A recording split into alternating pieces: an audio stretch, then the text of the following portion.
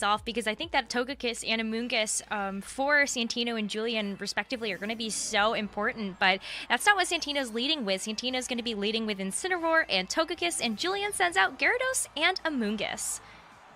Just as you called, Rosemary, the Togekiss and the Amoonguss making an appearance on the field immediately. So I think this makes a lot of sense from both ends. Santino really has to respect the Gyarados Dynamax immediately on turn 1, and just potentially picking up a knockout onto the Colossal. Of course, the Gyarados, as you see here, has an Assault Vest as well, so if it is special Colossal, which most players opt for nowadays, then we'll actually be able to probably take a +2 Gmax Vocalid. So Santino, going for a little bit more of a defensive lead here, gets the Intimidate immediately onto the opposing Gyarados as well, and Togekiss, often a very defensive Pokemon in a team composition like this, if it has something like a Yawn, you can go for maybe like a Fake Out onto Amoonguss and just Yawn the Gyarados.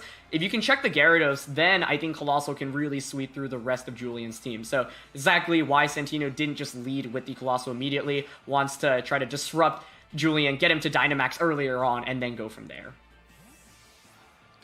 Yeah, going to be able to bring Gyarados back and bring out Incineroar just to continue that defensive lead, to kind of match that of Santino's.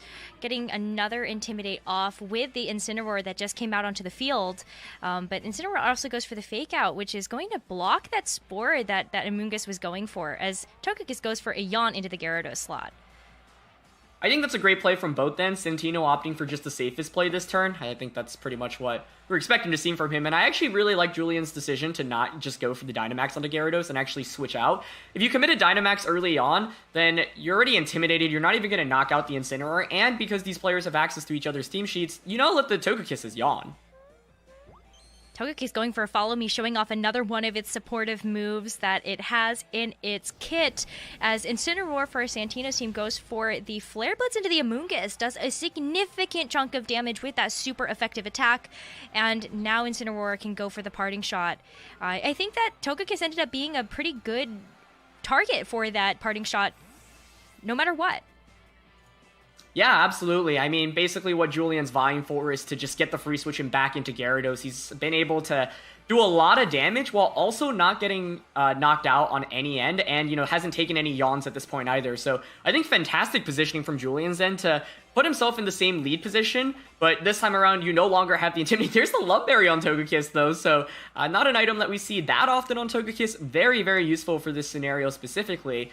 However, this next turn, you can potentially just go for a Dynamax with the Gyarados, and the Amoonguss, of course, can redirect a Yawn away from the Togekiss. The most important thing for Julian was that he did not want the Gyarados to be intimidated or to get hit by a Yawn early on, so I really like how he's positioned himself into now getting Gyarados into a safer position, threatening the Incineroar with the knockout. You notice that the Gyarados, of course, is not intimidated as well, so with the Moxie ability, if it gets a knockout onto Incineroar, I mean, you can maybe just pick up knockouts after every turn. Santino is still looking to get his Colossal in safely, but pretty hard to do so, especially because this next turn is going to be super passive from his end.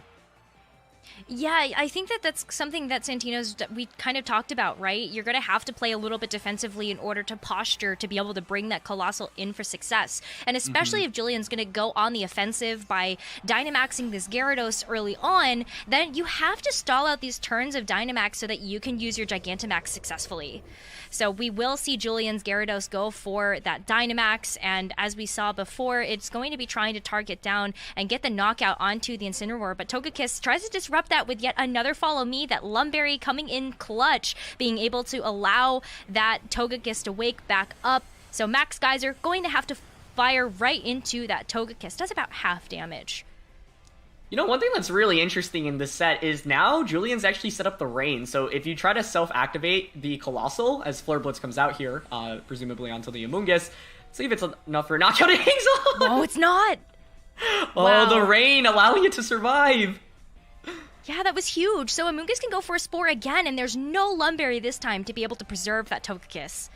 Yeah, that's a clutch survival there, because now Gyarados is free to just continue going for Max Geysers. You can even switch out the Amoonguss, which Julian's opting for here to get recovery with Regenerator. So by bringing in the Incineroar, you also pressure with Fake Out the subsequent turn, and kind of a disastrous turn there with Amoonguss being able to hang on, because one Pokemon falling asleep and taking a guaranteed turn of sleep means, Santino really can't do anything other than pretty much give up a Pokemon this turn, maybe vie for some defensive switches. But, what makes this really tough now is the rain is up, so even if you want to activate the weakness policy on the Colossal, you'll have to do a lot of damage to yourself, which makes this really, really difficult. So, very clutch survival there on the Amoonguss last turn.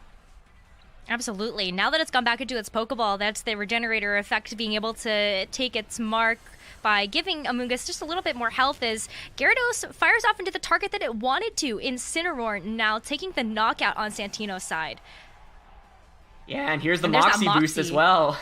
So this is looking really, really scary, right? Because Santino, if you want to activate the Colossal, you have to have Colossal next to one of the Pokemon that can enable it, either in the Dragapult or the Urshifu. But Togekiss is asleep right now. That can't enable the Colossal. At best, it can maybe redirect an attack away from whatever comes in. It is going to be the Colossal, but this is just super, super tricky because one play you can make on Santino's end is maybe just go for a max guard with the Colossal and hope to, burn a turn of the Dynamax. Maybe Togekiss wakes up and gets the yawn off, or if you max guard this turn and Togekiss wakes up, you can redirect any damage away the subsequent turn. But of course, Julian can just get around that by targeting the Togekiss, which he's opting for, which I think is a smart play. Colossal is a lot less scarier when it doesn't actually have that weakness policy and Steam Engine enabled. So even if Colossal goes for the Gigantamax right now and targets the Gyarados, we've seen the Assault Vest on this Gyarados, so be able to survive and, won't be able to outspeed in subsequent turns. The Amoonguss switching here also allows you to redirect attacks away from the subsequent turn.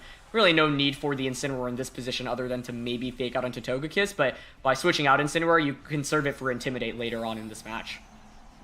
Well, let's see what Santino decides to do. You mentioned that there might be a possible max guard coming through if Santino thinks that Julian has targeted down this Colossal. So we do see the Gigantamax come through on Santino's end. And it is going to be a max guard. So was predicting that Julian was going to go after that Colossal, but Julian reads it like a book, goes for the max airstream into that sleeping Togekiss to be able to secure a knockout. Yeah, Julian's played so well with Gyarados in this game. By switching in the Amoonguss as well, now even if Santi has a Dragapult or the Urshifu in the back, which she certainly has, Dragapult can enable the weakness policy. The Urshifu won't even be able to because the Amoonguss can just Rage Powder away. And the thing here is, regardless of if you activate the weakness policy or not, all you have to do on Julian's end is just go for a Rage Powder and Max Geyser into or Waterfall at this point, into the Colossal. So there's really pretty much no way around this, especially because it's the Urshifu in the back, so you can't even activate that weakness policy. So, great decision to bring out the Amoonguss right now. You know that the Colossal's already taken a Protect last turn as well, so Rage Powder Waterfall here is super, super safe, and I think Julian just positioned himself so fantastically with Gyarados in this set. Ooh, tried for the second max guard, doesn't get it though, so this Waterfall is going to be able to dish out a huge amount of damage with the double Moxie boost as well. That's going to be a one-hit knockout for this Gyarados. It is, yeah. I think Santino going for that double protect, which I think is a great play on his end. If you can get it, maybe you can knock out the Amoonguss at least, and then there's no redirection, so the subsequent turn, maybe you can self-Aqua Jet, but I mean, the main thing here is that Santino just wasn't able to do any damage. Colossal was never enabled throughout the course of this set. We'll see the Urshifu go for a Surging Strikes. Rain is up, so, with the triple core here, we'll be able to pick up the knockout, but it's, 3v1 at this point. And the main thing is that Santino just didn't get anything out of the Colossal. His team is entirely revolved around Colossal, basically. You pretty much put all your eggs in the basket. It's all about enabling it. And I like Santino's lead a lot here in this game. I think Julian was just kind of one step ahead by switching out the Gyarados immediately. Santino was probably trying to bait the Gyarados into going for a Dynamax on turn 1, but Julian kind of reads into that and positions himself perfectly with the Gyarados. Of course, that clutch survival on the Amoonguss as well. Wow, well, you saw the yawn come through from the Togekiss on Santino's end right into the Gyarados slot, so switching it out was the perfect play. That way you were able to use the parting shot to kind of go through and just make sure that none of your Pokemon were going to be put to sleep. Yeah, exactly. Urshifu opts for Protect here, but Gyarados going for the bounce means it will strike down next turn. Now, of course, at this point, if Santino wants to win, I think you have to basically hope for a ton of misses on bounce. The tricky thing is that Urshifu just does no damage into Gyarados, right? It has only water and fighting type attacks most likely, so doesn't even have a way to hit it for super effective damage, and if, bounce doesn't miss, it's pretty much just game over. Julian hasn't even revealed his last Pokemon, and bounce is going to connect here as well. Ooh. Yeah, it's going to connect. You get a chance to see that Urshifu hang on because of its Focus Sash, so we'll be able to fire off yet another Surging Strikes. But into the Incineroar with the triple crit. Yeah, looks it's going to be really close. It is, yeah. And you know, this is actually an important damage calculation for both players to learn as well, right? So that's why you never really want to give up if you already feel like the game has lost and you don't have any new information to reveal. Of course, both players know each other's moves, but just knowing, you know, how much you do in a scenario like that can be valuable going into the next game. So, you know, I think Julian's pretty much all but wrapped up this game. But also important, you know, by picking up that knockout, Santino is able to see that Julian does have the Urshifu as the last Pokemon. And, you know, it's time to go back to the drawing board. I think Santino's team definitely has a chance to win here, but it's all about beating this Gyarados and Amoonguss lead, which I think was really smart, covered so many different options. And, you know, I think now Santino recognizes Julian's not just going to potentially go for a Dynamax on turn 1. So how do I play around that? Because he wasn't able to activate the Colossal at all in this game. And I think going into game 2, he has to, you know, try to put himself into a better position, maybe even lead with the Colossal just to put on offensive pressure immediately. Yeah, we mentioned that jockeying for position is going to be super, super important for Santino, especially if he wants to be able to make maximum use out of that Colossal. And not getting it set up means that you're also dishing out very little damage, even if you get a chance to Gigantamax it. So going into game 2, I definitely want to see a little bit of a switch up in strategy from Santino to be able to maybe go a little bit harder with the Colossal, a little bit more on the offensive, especially after Julian's really incredible leads for game 1. Yeah, I absolutely agree. And I think, you know, what's interesting is that I think Colossal, if you are able to decrease Gyarados' attack, from example, maybe an Intimidate from the Incineroar, and Dragapults often are, you know, support-oriented on teams like this, so if it has something like Will-O-Wisp, Reflect, or Breaking Swipe, and you're actually able to decrease Gyarados' attack before it's able to target the Colossal, then I think Colossal actually maybe can survive a Max Geyser, and then that would actually even activate the Weakness Policy and Steam Engine as well. So I think, yeah, enabling Colossal either through Intimidates from the Incineroar or with the Dragapult, I think could be a great mix-up going into this next game.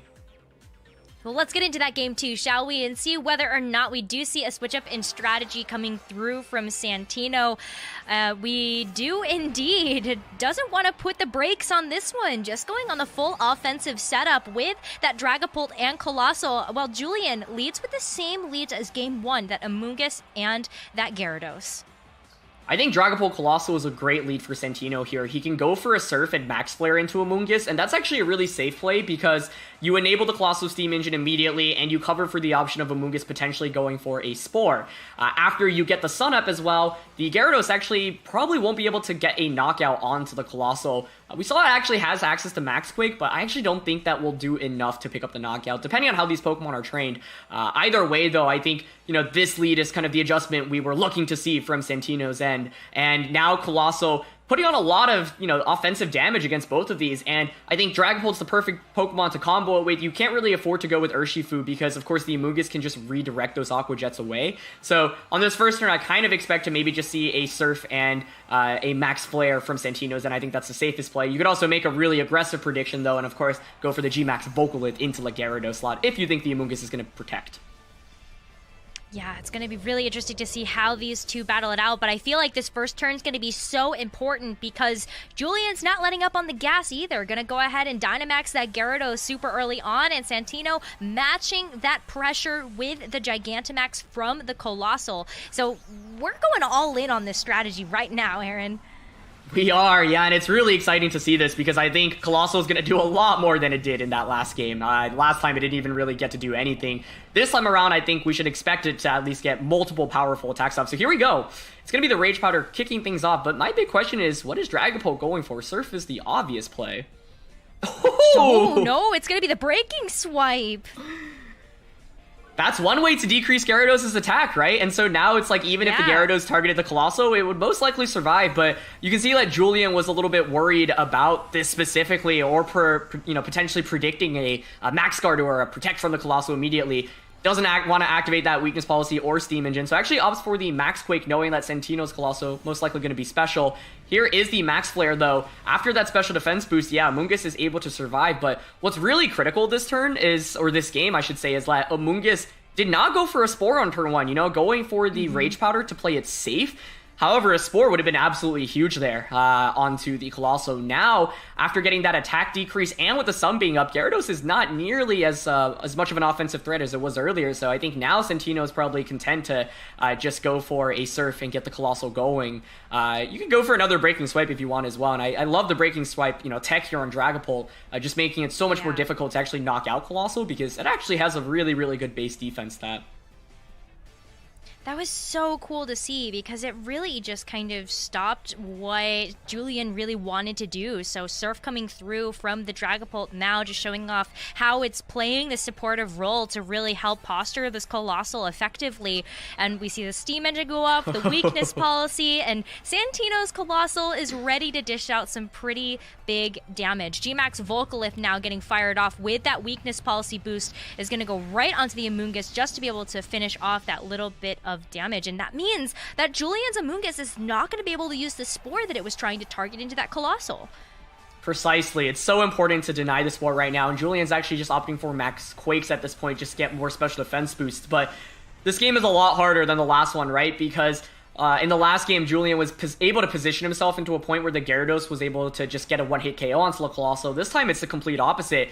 The Gyarados has an attack drop, Sun is up, and the Colossal has been enabled. So you can see, just as you mentioned, Rosemary, how good of a supportive role the Dragapult pairs with this Colossal specifically. So, Urshifu here at least does threaten Colossal with some super effective attacks. You've got that close combat into the Colossal, but Dragapult here really just content to go for some more breaking swipes, and Colossal is free to just keep damaging, Julian's end. You could pretty safely go for a Max Flare and Breaking Swipe. There's really no way around that play. Gyarados this time around just not nearly as much of a threat, so Julian could opt for a Detect on Urshifu here if you want to, are expecting a double up. You could also just go for a Sucker Punch or Wicked Blow immediately to try to knock out that Dragapult. But he really needs damage against the Colossal at this point, so I feel like you really got to target it down. But as you see, Julian's game plan is to kind of try to stall out the Max, it looks like, and then go from there. But I think Max Geysering would make a lot of sense so that you have rain in subsequent turns. But of course, Colossal can just change it up with the Max Flare-Up itself. And here's the tech. There's an ally switch. This is full support Dragapult. It's just doing everything right now. Yeah, it really is. And that means that it's going to be Colossal taking the Sucker Punch, which means Colossal's going to be sticking around to fire off yet another attack, and the Max Flare brings Urshifu right down to its Focus Sash. That's how much damage this Colossal is dishing out right now, as Gyarados goes for another Max Quake, but honestly, this Dragapult has done its job. It doesn't even get knocked out. Are you kidding me? Have you ever seen, Rosemary, a regular Dragapult take 3 Dynamax attacks? Because I've never. Never. It usually gets blown over with the wind, but this one seems to be sticking around from that Breaking Swipe.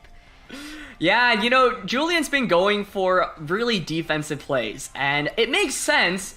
But where's the damage going to come out at this point, right? I think the ally switch, a great play to go for last turn as well, because it covers for the Sucker Punch option. Santino, gets that safe Max Flare into the Urshifu slot, and that covers pretty much every option, and it's incredibly hard to make that prediction and go for a close combat onto the Dragapult slot. So running ally switch just causes so many more mind games, and now it's 4v2.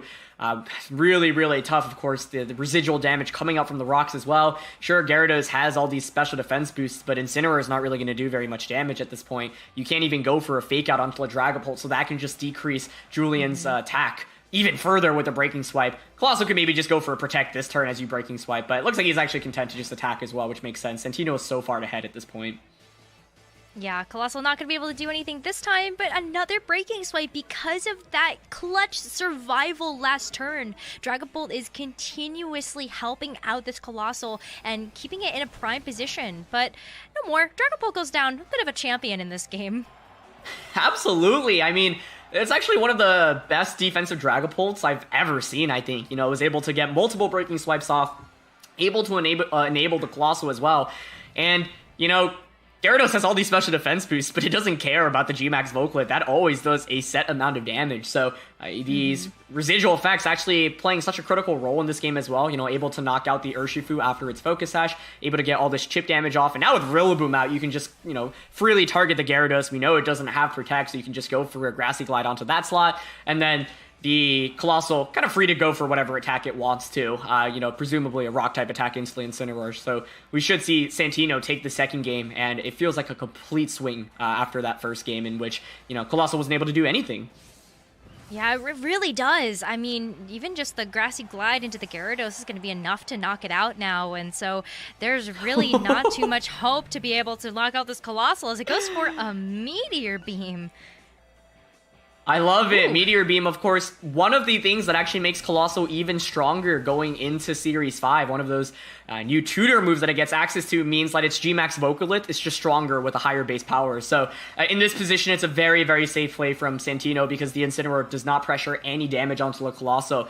And you can see that's kind of the tricky thing about this matchup, right? Most of the damage is coming out from Gyarados. Maybe the Urshifu if it's able to get a close combat off, but Colossal's defense is actually pretty good, and the breaking swipe from the Dragapult able to play such a critical role in this matchup. So I think going back to the drawing board, I mean, Julian was playing very passively with this Gyarados. He ended up going for 3 Max Quakes, never opted for a Max Geyser into the Colossal. Of course, because he was scared of a potential breaking swipe, recognizing maybe that the Colossal could actually survive, didn't want to activate it immediately, but he wasn't able to do any damage into Colossal in this game. So I think going into this third and final round, in terms of Pokemon adjustments, kind of hard to justify bringing something like Toxtricity because that just does nothing going into this. So I think Julian has the tools to win. He's got Spore on the Amoonguss, right? And we saw on turn 1 that he was able to survive because Santi opted for that breaking swipe instead of just for the serve. So I think if Amoonguss maybe decides to try to play more aggressively with Spore instead of going for the safe Rage Powder, because I think Gyarados maybe can even survive a plus 2 G-Max Vocalith with that Assault Vest. I think a Spore could be a big game changer going into this next game. I really like that Santi's approach to that second game also was just like, instead of knocking out Gyarados, let's just stunt the amount of damage that it's capable of doing so that Colossal can just get set up and take out all of its partners. Colossal ended up being a huge difference maker, and that Dragapult specifically, the clutch survivals along with the breaking swipes, it was really set up for success. But going into this game 3, I'm definitely really interested to see how Julian's going to adjust. Is it going to be taking out that Colossal or making sure that it's not able to get a move off if it does go for the Gigantamax early? I don't really see a whole lot of reason for Santi to really change up their strategy. So let's see what happens in this game 3. Yeah, I'm super, super excited, and I think great point, recognizing and showing that Colossal, it takes a lot of super effective damage from water and ground type attacks. Julian has both of those, but just adding breaking swipe to the equation makes it a lot tougher. You get that attack drop immediately, and Colossal will probably survive. So we are in the exact same position as we were in the last game. I'm not too surprised to see this because I think Julian's pretty much forced to bring the same 4 Pokemon every time. So this time around, I think considering a Spore on turn 1 immediately could be a really interesting decision. Because, if you put the Colossal to sleep, then, it's a lot less threatening than previously. Of course, Santino here could just go for Surf this time around instead of going for the, instead of going for the breaking swipe. But of course, if you go for that Surf and Julian calls it correctly and actually just Max Quakes or Max Geyser into the Colossal, will be taking a lot of damage. So, I think, same Pokemon like we expected to see, but I think we're going to see this first turn play out very differently. And that's going to be a huge difference maker in terms of, I think, who's going to take this game is who calls this correctly. We already got a chance to see what Julian's going to try to go for, which is try to take out this Dragapult, go for the Max Quake, and see if you can try to buff up these special defenses before this Colossal gets a chance to fire off. But what is this Dragapult going to do? I think that's the big question that needs to be answered in this first turn. Yeah, so let's see. Last time it was breaking swipe, but maybe Santi recognizes, hey, Amoonguss is a threat, just goes for Surf and something like a Max Flare Vocalith this time around. So what's it going to be? It's going to be the Surf! Surf? Oh! Wow. That's going to be huge, especially because you see the Steam Engine get activated once again, as well as the weakness policy. But now, what's the follow-up? We saw the Dragapult went for Surf, but we got to see what this Colossal's going to do. It's going to be a G-Max Vocalith. Where's it going? Going right to the Gyarados. Ooh, it hangs on. That's a lot of damage. Yeah, it does. It is able to hang on, with that Assault Vest, but That's a ton of damage to kick off the game. However, we saw that Julian actually opted to go for the Max Quick here into the Dragapult slot, so you get that special defense boost.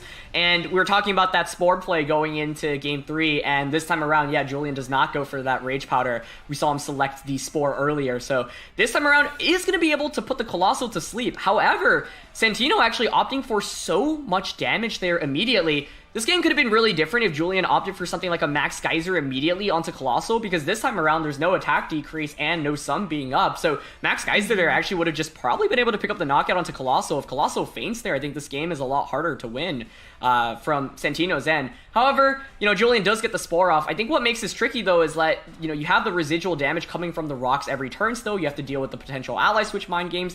Colossal at least takes a guaranteed turn of sleep this time around, but the Breaking Swipe once again making it difficult for Gyarados to actually pick up a knockout, and that's actually really good damage on a Gyarados as well. It really is. It's putting it in range of a knockout from a second Breaking Swipe if that decides to come through, as Colossal takes his Max Geyser, but it hangs on too! Oh my goodness, this is just how good Breaking Swipe is, right? I mean, Colossal's defense, once again, actually very, very good. And we actually get to see the Pollen Puff tech here on the Amoonguss, which is really cool, of course, being able to heal the Gyarados up. So effectively starts the turn with around as much HP as it ends the turn with as much HP as it started with. But once again, the rocks damage are ticking off. Amoonguss won't be able to heal unless it switches out. I think Dragapult here probably content to just keep clicking Breaking Swipe. Colossal should probably go for something like another Volcalid. You could go for a Flare to change the weather as well. So Julian here, I think, has to make the decision to whether you go for a Pollen Puff continuously onto the Gyarados, or whether you want to try to maybe gamble a little bit and hope that the Colossal stays asleep, switch Amoonguss out for further recovery. It looks like he's going to opt for the Pollen Puff options. Let's see if Colossal's able to wake up. It's not. Not going to be able to, so it's going to be able to stay asleep for one more turn, at least in this game. And Breaking Swipe comes through yet again, so Gyarados' attack just continues to get dropped. But as we see this Max Geyser get fired off, there's not too much HP for this Colossal to hang on to, so it will be knocked out. Yeah, so this time around, Colossal was only able to get one attack off, but that one attack was actually really, really important. Santino opting for that G-Max Volcalid instead of a Max Flare means that, these Pokemon on Julian's end are still taking a fair amount of damage every turn. Another Pollen Puff comes out, so, Gyarados is actually still relatively healthy. If there were no Pollen Puff, it certainly would have gone down to the combination of the Breaking Swipes and the G-Max Volcalid. But once again, the G-Max Volcalid is doing a lot of damage, and I think one thing that's actually been really interesting in the course of this matchup is that Breaking Swipe from Dragapult actually does a ton of damage onto everything on Julian's end, right? He doesn't have anything that really resists it, and because his team is so based around these physical Pokemon, he's really just free to keep clicking the Breaking Swipe button at this point, I think. Get those attack drops. You've still got the Volcalid, residual as well. So I think Amoonguss here maybe wants to switch out, get some healing back. But with Urshifu and Incineroar in the back, neither of those two Pokemon really want to take a Breaking Swipe at all. Urshifu here also probably free to just launch a Surging Strikes into Julian's team. So even though Colossal only got one attack off, because of how the team composition forces Julian to bring these four Pokemon, Dragapult actually ends up being pretty good offensively while also decreasing the attack every turn. Breaking Swipes coming in super big for Santino's team, particularly against these four, but I'm really excited to see how Santino's going to be playing with this Urshifu. We did see the Breaking Swipe come through once again, and that's still doing a significant chunk of damage, like you mentioned, Aaron. It's just doing so much to both Pokemon at the same time, and in combination with the G-Max Volcalith, Pokemon are taking like a third of damage every single turn. Wow, that crit comes through, and Incineroar goes down. Goodbye, Incineroar. Yeah, great points, Rosemary, and I think, that turn was interesting because, of course, Santino opted to go for the Surging Strikes into the Amoonguss slot. I think that's a very, very safe decision. At that point, like, Gyarados and Amoonguss both aren't really putting on very much offensive pressure, but a great play from Santino's end is pretty safe, but looks even fancier because Incineroar swaps in for that slot. So, yeah, once again, the Dragapult just can keep going for these Breaking Swipes, and despite it being defensive, it's still pretty fast. Of course, now Urshifu is out, and it has that Sucker Punch. So you can go for a priority Sucker Punch into the Dragapult, maybe just pick up a knockout onto that slot. Amoonguss, of course, can also go for Spores right now, so can potentially put something to sleep. So the big question is Santino actually able to knock out the Amoonguss before it gets a Spore off? Because if so, I think this game is just over. No Sucker Punch, so it's just Breaking Swipe. Yeah, Breaking Swipe comes through, dropping the attacks again, and this Urshifu is going to be dealing so much less damage now as Urshifu goes for the Surging Strikes, and it is going to be targeted at this Amoonguss, so Amoonguss not going to take those. No, it's not, and so denies the Spore, and now Urshifu, we saw, is going to go for the Wicked Blow into the Dragapult. There is a Cobra Berry as well. I don't even know if this will pick up. Well, it will get the critical hit, so it should pick up the knockout, actually. So I don't think that actually ends up mattering. But at this point, once again, yeah, exactly. I think the Cobra makes a lot of sense to cover for a lot of the, common Dark-type threats that you see in this format. But Santino is kind of running away with this game, especially if he has that Rillaboom in the back once again. You can just cleanly knock out both Pokemon with the Grassy Glide, and there is the Rillaboom. So, yeah, I mean, this game played out differently, but I think what's so tricky from Julian's end is that none of the Pokemon that he brought actually resists, resist Dragon type. And to see a supported Dragapult get so much damage and utility off with Breaking Swipe just made this game so difficult for Julian because, he doesn't have great offense, especially not from Amoonguss and Incineroar, so you're relying on Gyarados and the Urshifu, and that Volcalyph putting on early pressure made it a lot tougher for the Amoonguss to stay around on the field as well. So, yeah, I think Grassy Glide from the Rillaboom should just be able to cleanly close out this game, especially because Gyarados doesn't even have Protect, so can't opt for something like that. Yeah, as we see Urshifu go for the close combat just to be able to seal the deal. Santino takes this first game of the Players' Cup Finals and this set. Oh my goodness, that was a really exciting set though, right? Talk about a